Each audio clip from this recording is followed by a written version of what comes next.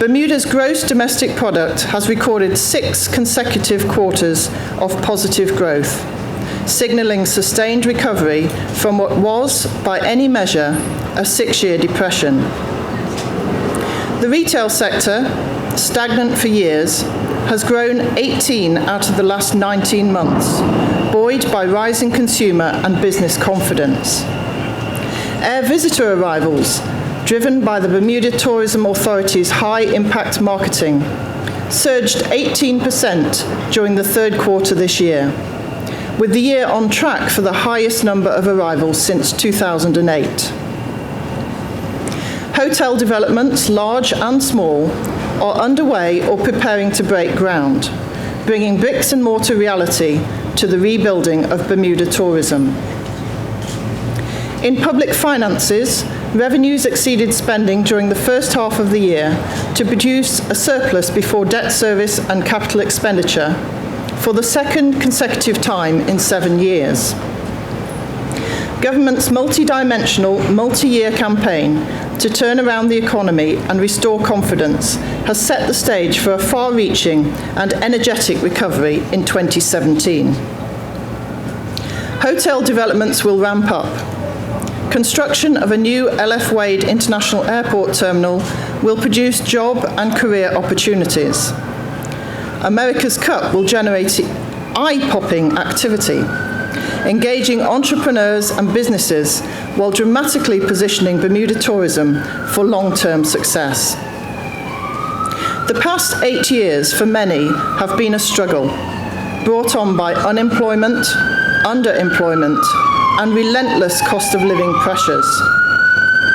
The frustrations are real, and it is government's continuing plan to make things better. The intention from the outset has been to make recovery work for the island as a whole, but more particularly for the many set back by the downturn. Unfortunately, the impact on the street of actions taken to fix the economy has been, more often than not, slow in coming. But the tide is turning.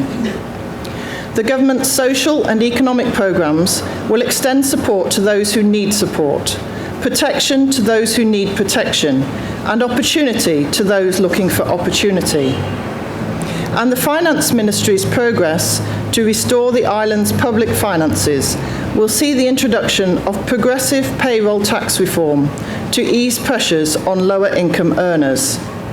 The goal is to raise the island up, where it lives in the hearts of all Bermudians as a barrier-free place of hope and opportunity, an island that works every day for everyone. Madam President and members of the Senate, Mr. Speaker and members of the House of Assembly, the Ministry of Health and Seniors is implementing a multi-year strategy to reform the health system to deliver affordable, sustainable and quality healthcare for all of Bermuda's residents. The strategy is anchored to values of equity, to provide equal access to basic healthcare, and quality, to provide the right care at the right time, in the right setting, at the right price. This work is vitally important. Chronic, non-communicable diseases, for example, are the biggest cause of death in Bermuda. 3 in 4 adults are overweight or obese, which leads to long-term medical problems that not only debilitate the individual, but also impose serious cost burdens on the health system. Lower-income individuals who lack access to appropriate care are the most seriously affected. The situation often leads to revolving door hospitalizations and inappropriate use of emergency services.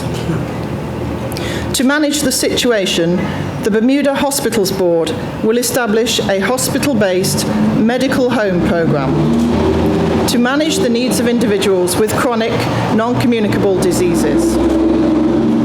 The Ministry will also oversee the development of a chronic disease register to monitor the prevalence of chronic diseases such as diabetes, kidney and heart disease.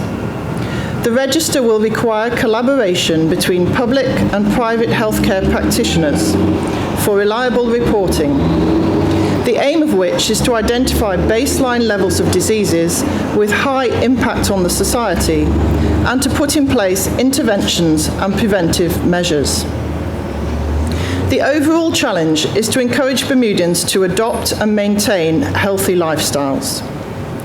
To that end, the Premier's Council on Fitness, Sports and Nutrition was created to provide leadership, with particular focus on children, given their vulnerability to health and social risks due to poor nutrition, unhealthy weight and insufficient exercise. The Premier's Youth Fitness Programme, for example, aims to engage students in physical activity and healthy lifestyles.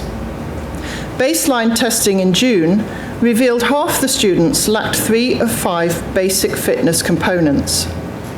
The Premier's goal by 2018 is to have all students from P5 to S3 fall within the programme's healthy fitness zone.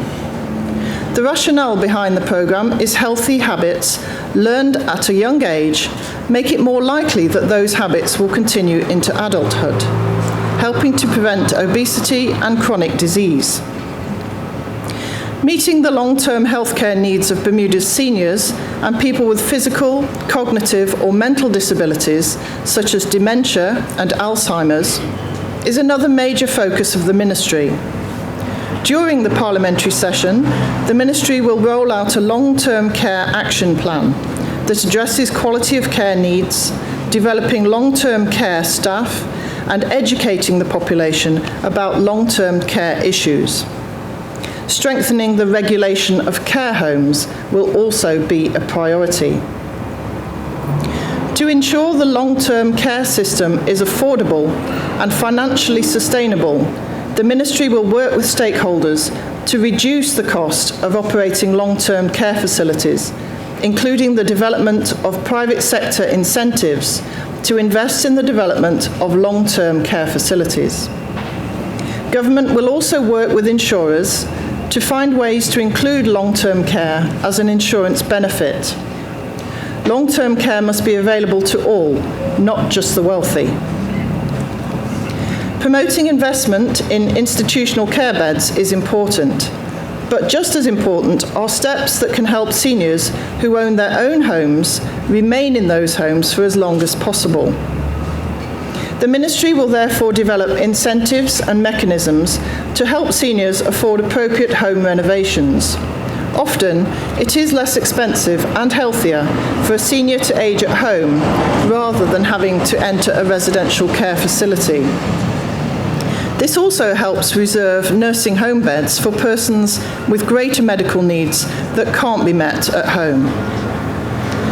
Following the successful amendments to the Pharmacy and Poison Act 1979 and the Misuse of Drugs Act 1972 to permit the use of specific forms of cannabinoid drugs for medical purposes, the government will consider allowing the importation of herbal supplements containing cannabinol to allow more options for treatment. Decisions by government in this regard will continue to be evidence-based so that our residents will only have access to quality products. Madam President and members of the Senate, Mr. Speaker and members of the House of Assembly, Children First is the driving principle behind the Ministry of Education's ongoing transformation of the public school education system. The objective at every level of the Ministry's efforts is to improve student achievement. The most important resource for students in the classroom is our teachers. We will continue to enhance the quality of teaching and learning. Support will continue for the implementation of mathematics and literacy strategies, quality teaching practices, development through the arts, and community and family engagement. More specifically, the focus is on completing initiatives already in progress. The 3-year School Improvement Plan, implementation of the Danielson Framework for improved curriculum teaching, the application of tools for consistent grading, maximum use of the Bermuda College STEM Centre, greater parental involvement, extension of the multi-tier system of support for student behaviour interventions, and addressing the facility challenges outlined in the community-led SCORE report. The practice of social promotion has not benefited school children. Allowing a child to move through the system without demonstrating the understanding of concepts or developing skills to acceptable levels ensures continuing academic struggle and more. The Ministry will therefore end the practice of social promotion to ensure adequate development takes place before children are moved to another grade. The Ministry will look to implement alternative pathways for student success by utilising the City and Guilds applied certification. The Ministry will diversify and increase scholarship and award opportunities for students who pursue post-secondary educational studies. The new opportunities will consider student innovation, creativity, talent, determination, leadership, and financial need. A plan of action will be produced to improve the quality and prevalence of in-school information technology. Staff, parents, community members, and the Board of Education will engage with one another to develop a community-owned strategic plan. The plan will set direction for the continued transformation of public education and be focused on implementable, achievable priorities and goals to help prepare our students for continued success. Madam President and members of the Senate, Mr. Speaker and members of the House of Assembly, the Human Rights Act 1981 currently provides protection against age discrimination in accommodation, goods, facilities and services, but not employment. To advance human rights in this area, government will examine ways to protect seniors against age discrimination in employment, mindful that there are economic and other trade-offs that must be carefully considered. The Ministry of Social Development and Sports will therefore undertake wide public consultation on the matter and examine policy and legislation in other jurisdictions. This information will be evaluated in the context of Bermuda's social and economic conditions, with a view to framing a coherent policy that will form the basis for legislative amendments to protect seniors against discrimination in employment. The Ministry will take steps to broaden the role of the Co-Parenting Mediation Council to include all family mediation matters. Legislation, therefore, will be tabled to transition the Council into a full-scope Family Mediation Council, enabling it more fully promote the best interests and welfare of children, as well as families through reconciliation, settlement, and compromise between parties. Government will support the participation of local artists and craftsmen in the 2017 Carifesta Mega Arts Festival in Barbados in August. Carifesta is the premier Caribbean multidisciplinary arts festival that showcases the cultural expressions of artists from countries in the region. Participation in Carifesta will create opportunities for Bermudian artists to display their work while engaging with other artists in the region. The government is committed to working with social agencies to provide good quality transitional housing and support programs for the most vulnerable in our society. To that end, the government and the Salvation Army are in advanced discussions regarding the renovation and use of the Bishop Spencer property in Pembroke to replace the ageing emergency housing shelter on Hamilton's North Street. The intent is for the Salvation Army to renovate the building to be fit for purpose, including expanded social programming, with the government providing increased funding for the new facility's day-to-day operation. Legislation already exists requiring unemployed, able-bodied persons who qualify for financial assistance to participate in community service activities as a condition of continued eligibility.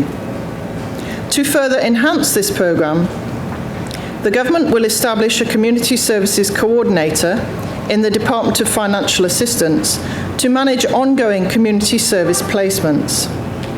The benefits include expansion of networking opportunities for unemployed persons, leading to prospects of finding employment, while at the same time promoting a sense of self-worth.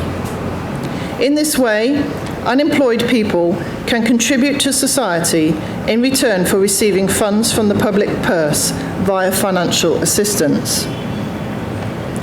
Recognising the intrinsic value of culture and the pivotal role it plays in supporting the self-esteem, identity and community connections of a people, the Department of Community and Cultural Affairs is progressing the development of a national cultural heritage policy. The policy is being written with the intention of acknowledging the importance of our collective heritage within the context of a national plan, committed to by the Government and people of Bermuda, cultural stakeholders and private industries. Madam President and members of the Senate, Mr. Speaker and members of the House of Assembly, Team Street Safe is a critical part of the anti-gang lifestyle initiative in the community. Its intervention and crisis management skills have been used to tackle tensions between rival gangs that sometimes turn violent. Much of the positive work done by Team Street Safe has been drawn from Operation Ceasefire, a community collaborative initiative that has been effective in curbing gang violence in US cities. Operation Ceasefire pioneered the mobilisation of community moral voices to challenge people whose actions tear at the fabric of society. The Ministry of National Security will re-engage Operation Ceasefire to conduct an intensive review of Bermuda's anti-gang initiatives.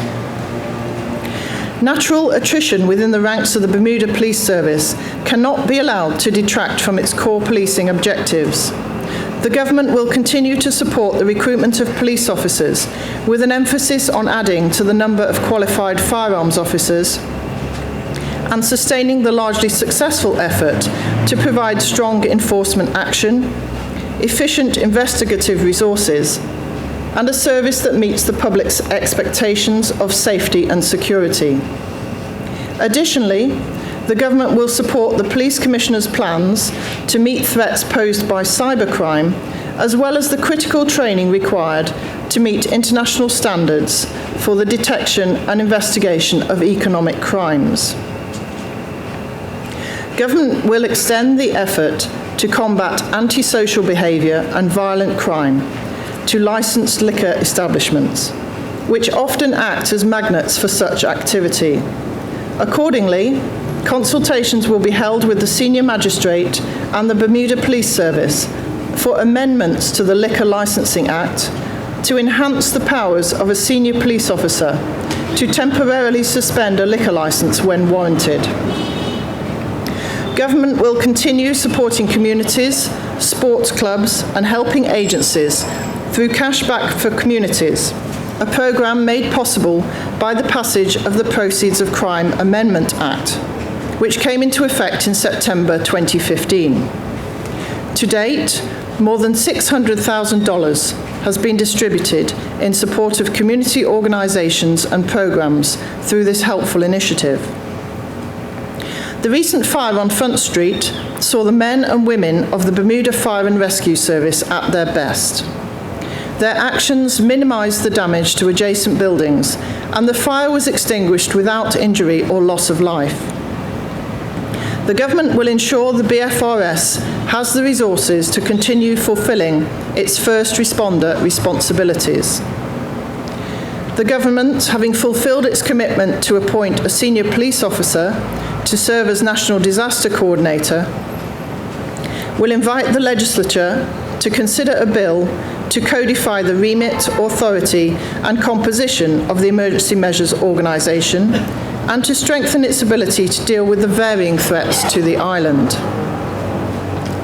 Madam President and members of the Senate, Mr. Speaker and members of the House of Assembly. Bermuda's gift to His Holiness the Pope was crafted by the hands of an inmate in a correctional facility. The elegant work that is now displayed in the Vatican reminds us that there is talent to be nurtured throughout our island.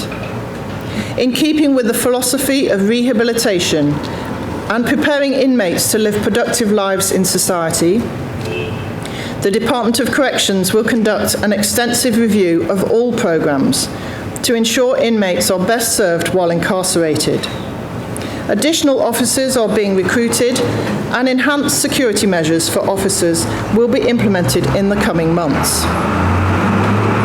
Madam President and members of the Senate, Mr. Speaker and members of the House of Assembly. A survey of school-aged children in 2015 found that 53% of Bermuda's young people admitted to having used alcohol at least once. Of those, most reported drinking at social events, at home, or at a friend's house. Underage drinking can lead to a lifetime of alcohol abuse and concurrent social and health issues that are too frequently seen in our society. We cannot lose young people to such an influence. Preventing it requires a whole community effort. During this session, the legislature will be invited to debate a motion on social host liability laws, which have been used in other jurisdictions to impose responsibility on adults who provide or allow the provision of alcohol to minors. Following the debate and necessary consultation, a bill will be tabled setting out provisions to address this serious issue of underage alcohol consumption and abuse. Madam President and members of the Senate, Mr. Speaker and members of the House of Assembly. The government will study the matter of parental leave to include maternity, paternity and adoption leave. This is a measure that has the potential to strengthen families and extend the principle of equality and fairness in the workplace. The study, which will be initiated by the Ministry of Home Affairs, will require extensive stakeholder consultation, with particular focus on the economic impact and social need of extending parental leave benefits. Government will also form a cross-ministry committee to address the challenge of collecting arrears for child maintenance payments. This is a long-standing programme that needs to be resolved for the sake of children disadvantaged by parental obligations not met. The Ministry, through the Department of Workforce Development, is committed to protecting and expanding job opportunities for Bermudians. To that end, it will amend regulations within the National Occupational Certification Act 2004 to include all skills and competencies required for current and future construction projects. The Ministry will also publish and implement a policy that ensures Bermudians have access to training and retooling in industries covered under the Act, and requires employers to confirm a work permit candidate meets minimum requirements for certification and secures Department of Workforce Development authorisation before any permit is granted.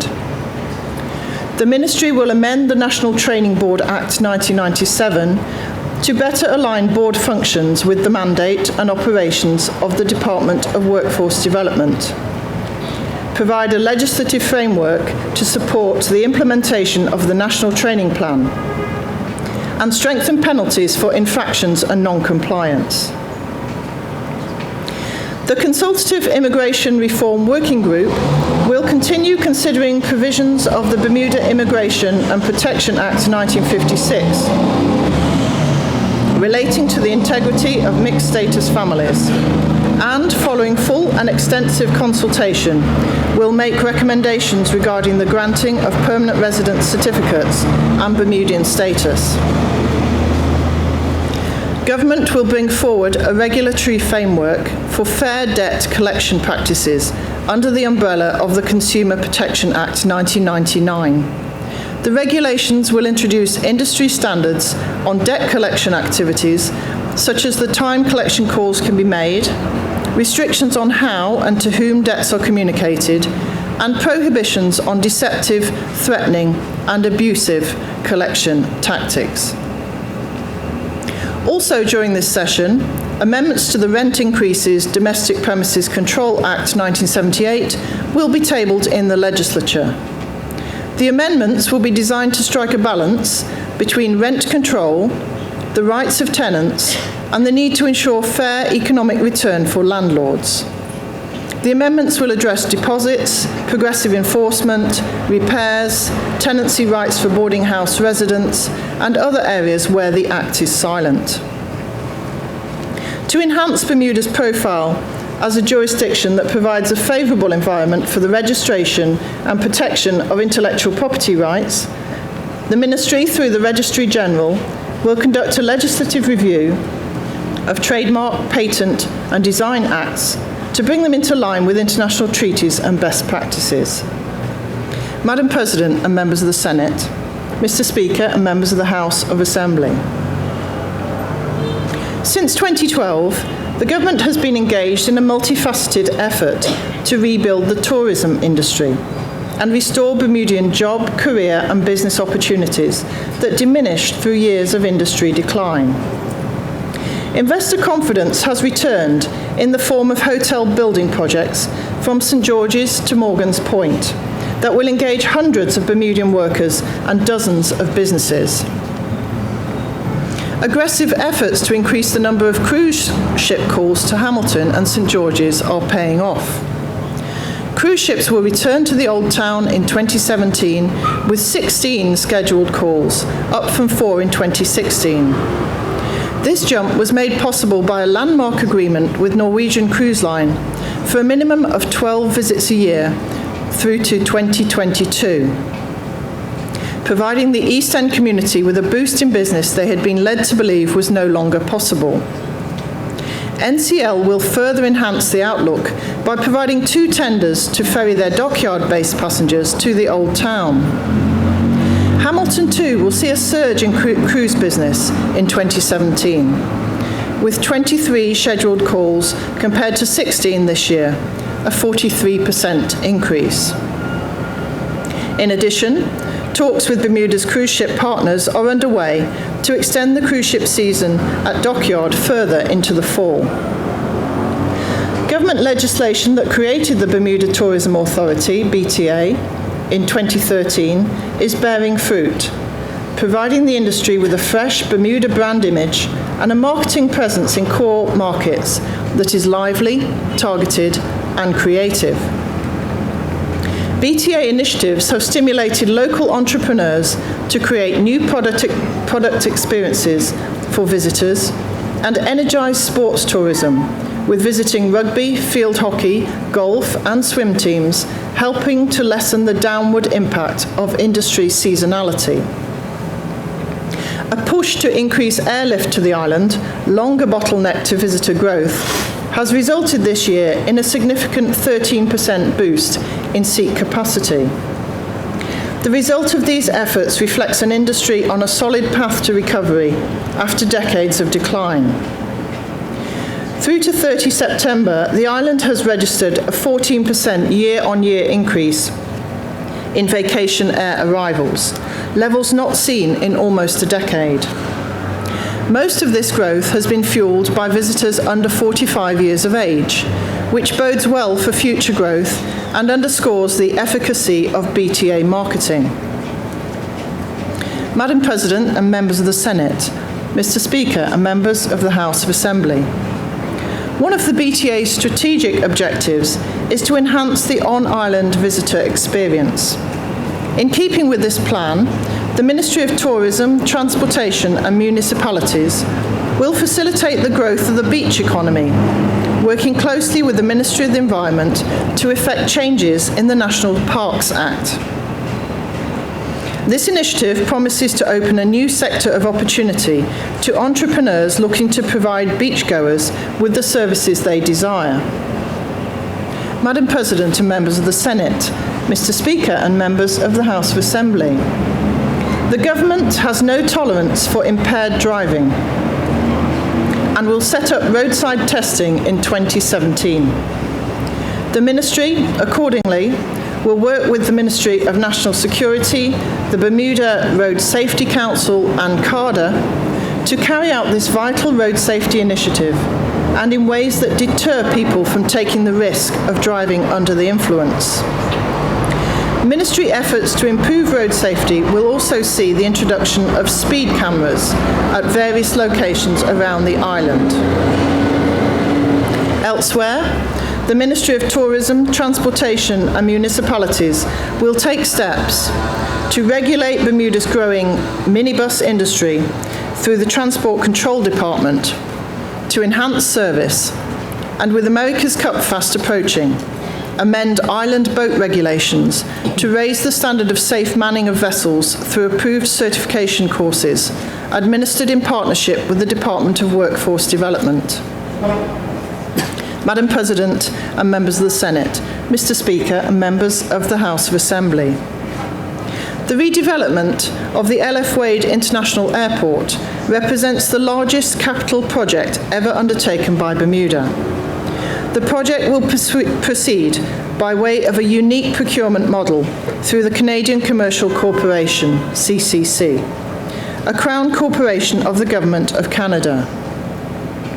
The proposed transaction will take the form of a public-private partnership, P3, a model that will enable Bermuda to build, use and take possession of an ultra-modern facility with no new government debt.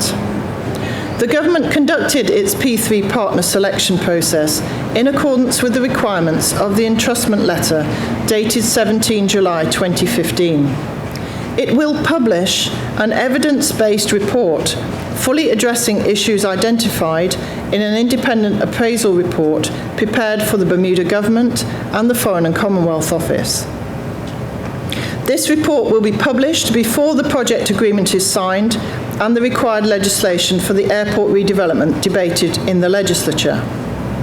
A key benefit of the P3 arrangement is the transfer of risk for project cost and schedule overruns to CCC.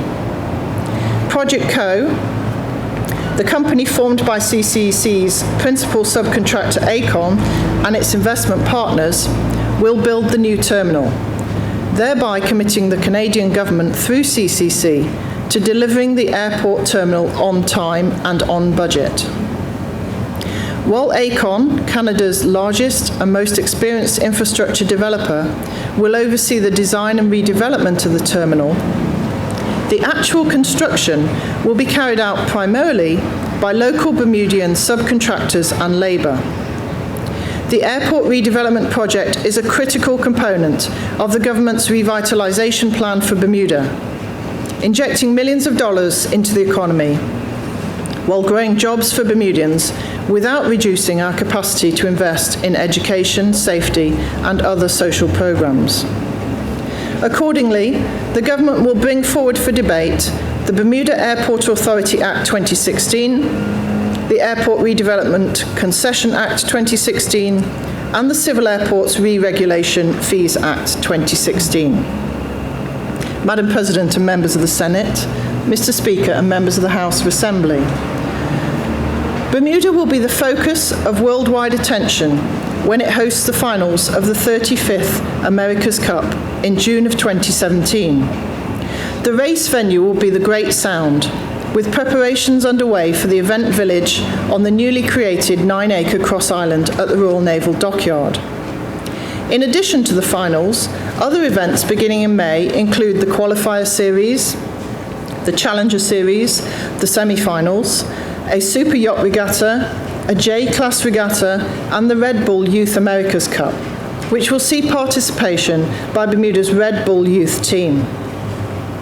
The Ministry of Economic Development, together with the ACBDA, will continue to manage Bermuda's obligations as the America's Cup host venue.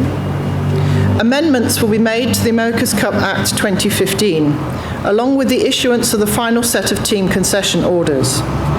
The amendments include provisions for facilitating the visits of some 400 vessels, including more than 80 super yachts expected during the 2017 events. Madam President and members of the Senate, Mr. Speaker and members of the House of Assembly. Strengthening cybersecurity and protecting Bermuda's digital infrastructure against cyber threats is vital for Bermuda's economic resilience.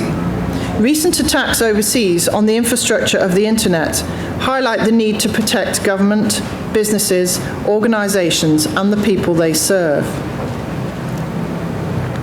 Government formed a Cabinet subcommittee in May 2015 to develop a cyber security risk management plan for Bermuda's critical national infrastructure sectors, including health, emergency services, transportation, energy, finance, food, communications, and government services. Private sector input on the prevention, preparation, response and recovery from cyber incidents is being channeled through the Ministry's E-Commerce Advisory Committee as the plan evolves. Madam President and members of the Senate, Mr. Speaker, members of the House of Assembly. Government will continue developing a privacy regime to protect the personal information people impart electronically and through more traditional means. The first step was taken earlier this year with passage of the Personal Information Protection Act 2016, which requires a person's consent for the collection, use and disclosure of their personal information. The Ministry will follow up with the creation of a Privacy Commissioner's Office to facilitate the implementation of the PIPA, including ancillary amendments to legislation such as PATI and the Electronic Transactions Act 1999. Madam President and members of the Senate, Mr. Speaker and members of the House of Assembly. The Ministry will initiate the second and final phase of telecommunications regulatory reform with a focus on modernising broadcasting policy, legislation and regulations. The business procedures of the Registrar of Companies will also be subject to modernising reform with the planned acquisition of an electronic registry system, a step that will provide better service to its customers and help Bermuda keep pace with its international reporting obligations. The Ministry will continue working with the Bermuda Business Development Agency and the private sector to promote inward investment growth, diversify job and new business opportunities, and proactively market Bermuda's strengths as a premier international business centre. Madam President and members of the Senate, Mr. Speaker and members of the House of Assembly. Government has been working to reform Bermuda's energy sector to protect the public interest through increased competition, lower costs, environmental sustainability, conservation, and increased use of renewable forms of energy. Following the implementation of the Electricity Act 2016, the Ministry of Economic Development will develop fuels policy and legislation to regulate the importation, transportation and sale of all fuels into Bermuda. The Ministry, in partnership with the Ministry of Public Works, is pursuing the development of a solar photovoltaic facility on the Finger Peninsula at LF Wade International Airport. This facility, in its initial phase, is expected to generate approximately 6 megawatts of power, about 6% of Bermuda's peak load, and reduce reliance on imported fossil fuel. Madam President and members of the Senate, Mr. Speaker and members of the House of Assembly. Safeguarding Bermuda's economic integrity and its reputation as an international business destination is a government priority. The island's reputation as a premier international financial centre has been built on a long history of knowing our clients and ensuring compliance with international standards in a framework conducive to quality and ethical business. During this parliamentary session, Government will bring forward legislation that continues to build and refine this framework. The Legislature will be asked to consider amendments to the Proceeds of Crime Act 1998 to facilitate reporting of suspicious activity in relation to tax evasion, the Bribery Act 2016 to establish a National Anti-Corruption and Bribery Committee with provisions to uphold the highest standards against persons using bribery or allowing themselves to be bribed. And the Fraud Act 2016 to broaden the scope of fraudulent activity in keeping with a global definition more conducive to apprehending the sophisticated strategies being employed by today's criminals. During the session, preparations will swing into high gear for the next review by the International Monetary Fund and Caribbean Financial Action Task Force of Bermuda's regime to deter money laundering, terrorism financing, and the proliferation of weapons of mass destruction. A positive review is critical to Bermuda's economic and social future. A strategic action plan to achieve a successful outcome has been developed by the National Anti-Money Laundering Committee and implemented with the support of Cabinet and the Civil Service Executive. Various entities from the financial and non-financial sectors are also involved, and it is expected the work will lead to further changes to ensure the island's legislative and operational framework is strong and robust and deemed effective by the assessing body. Madam President and members of the Senate, Mr. Speaker and members of the House of Assembly. In keeping with the commitment to increase levels of openness, transparency and financial accountability, the Government has drafted a Code of Practice for project management and procurement. The draft code, which is available on the Government portal for public input, will apply to all public officers and outline how they are to procure goods, services and works on behalf of the people of Bermuda. By following the rules, public officers will ensure government procurement activities achieve best value while being fair, ethical and transparent. The new code will be placed within a new unified legislative framework for procurement that replaces the relevant sections of the Public Treasury Administrative and Payments Act 1969 and the Good Governance Acts of 2011 and 2012, and meets the requirements of the United Nations Convention Against Corruption. Government will further its good governance reforms by introducing legislative amendments, creating new offences relating to misconduct in public office, and requiring all public officials, ministers, members of the legislature, public servants, to declare in writing any outside interests they or close family members may have.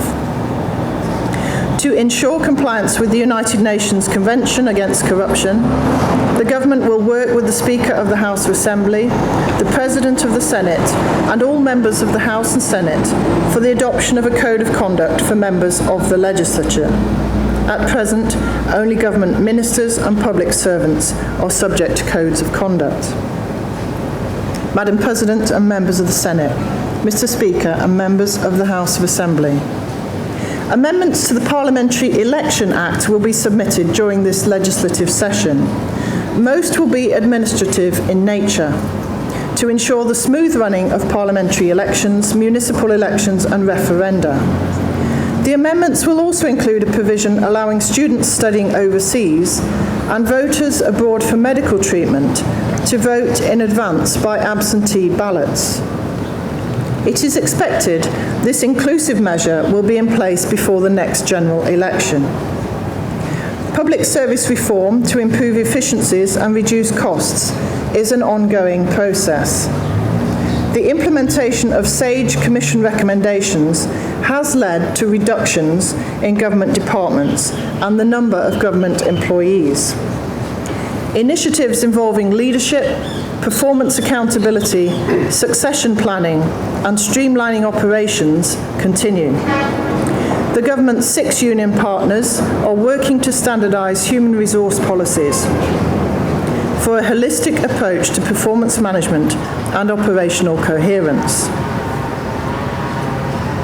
After extensive consultation, Public Service Commission regulations 2001 amendments to enact SAGE Commission recommendations for more accountability at the senior levels of the civil service will soon come into effect. The amendments will legislate a system of performance appraisals for the Cabinet Secretary head of the Civil Service. They will also empower the Public Service Commission to promote and uphold a public service that is imbued with the spirit of service, operates in the collective interests of government, upholds standards of integrity and conduct, maintains political neutrality, and fosters a culture of stewardship. The work to increase efficiencies through reform also extends to government boards. Following a functional review to determine the productivity and effectiveness of government boards, the legislature will be asked to consider the Government Authorities Act 2016, discontinuing some advisory boards and shifting, in certain instances, the responsibility for board appointments from His Excellency the Governor to the Government. Madam President and members of the Senate, Mr. Speaker and members of the House of Assembly. The Ministry of Legal Affairs, in collaboration with the Ministry of Finance, will pursue legislation to settle dormant bank accounts long abandoned by owners. The objective is either to reunite unclaimed money with original owners or, failing that, to have the money invested in the community through measures such as grants and loans. Similar policies codified in the United Kingdom, Jersey and New Zealand will be examined to further this initiative. Madam President and members of the Senate, Mr. Speaker and members of the House of Assembly. The government will consult with respect to the decriminalisation for possession of small amounts of cannabis. To that end, government reforms will preserve police powers to confiscate cannabis and to test whether road users are under the influence of cannabis. These reforms will complement our efforts to educate our youth about the dangerous effects of drug use, balancing the need to reduce the consumption of cannabis while avoiding the unnecessary criminalisation of our young people. Madam President and members of the Senate, Mr. Speaker and members of the House of Assembly. The Environment Ministry works to maintain Bermuda's pristine environment. This means taking measures to protect the environment against local and even global sources of pollution, a threat convergence that has become more common in recent decades. Accordingly, the government will introduce a green paper to identify ways to reduce the use of and the toxic effects of plastics on the island, as well as in the surrounding waters. In addition, the Ministry will continue to take measures to protect the environment from invasive species such as the lionfish. The Endangered Animal and Plants Act 2006 will be amended to bring Bermuda into compliance with its obligations under the Convention of International Trade of Endangered Species of Wild Fauna and Flora. The amendments will provide new powers to inspect specimens and documents in transit through Bermuda. To improve the management of Bermuda's dog population, the Ministry will modernise the Dogs Act 2008. New measures to encourage owner responsibility and improve dog welfare will include the introduction of standards for the keeping of dogs, a review of breed restrictions, mandatory reporting of dog bites, and the banning of surgical procedures for cosmetic purposes. In response to persistent public concerns about the island's domestic and feral cat populations, the government will devise a strategy that incorporates humane treatment, methods of population control, and partnerships between community charities and the Bermuda Veterinary Association. The Ministry will act on a study of illegal fishing within the 200 nautical miles of Bermuda's exclusive economic zone. The work, which will be conducted by the UK-based satellite applications Catapult, and which has been funded by a Bermuda-based fund management company, will analyse 3 years of satellite data to determine the scope of the problem and to help develop strategies to investigate and stop illegal and unauthorised activities. Madam President and members of the Senate, Mr. Speaker and members of the House of Assembly, Bermuda's infrastructure, our roads, schools, power and communications systems is vital to the success of the economy and our overall quality of life.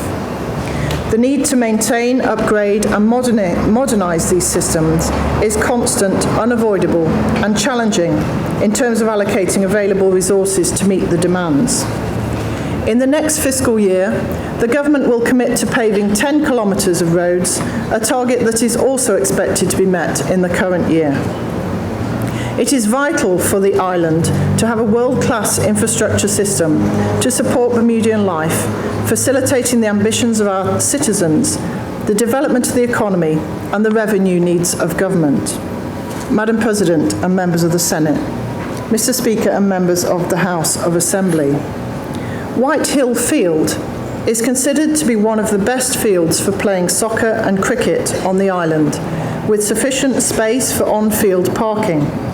To provide appropriate facilities for this highly used sporting venue, and in keeping with the Government's objective to support the development of young Bermudians through sport, the Ministry of Public Works will undertake to build a facility at White Hill Field for use by the West End community and the general public.